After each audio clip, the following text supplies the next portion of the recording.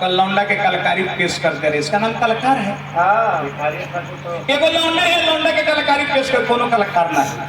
एगो मर्द है, मर्द के कलाकारी इका तो गौला पगड़ी बांध के, अरे राम सासु बोले बिरहा के पीर और सुनी वैसे ना गावाई, देखो कैसे गावाला बिरहा के बात सुना, अभी दिल्ली दूर है।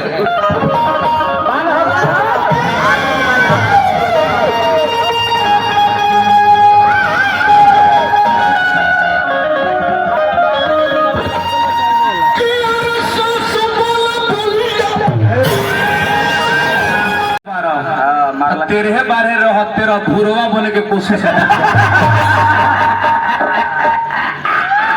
हमरा के मूड मत बिगाड़ लोग।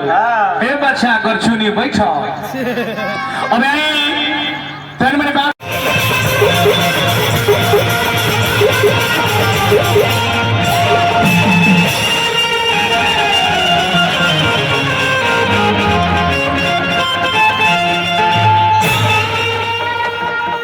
बछरू एक नातर जोता के आते हैं पछे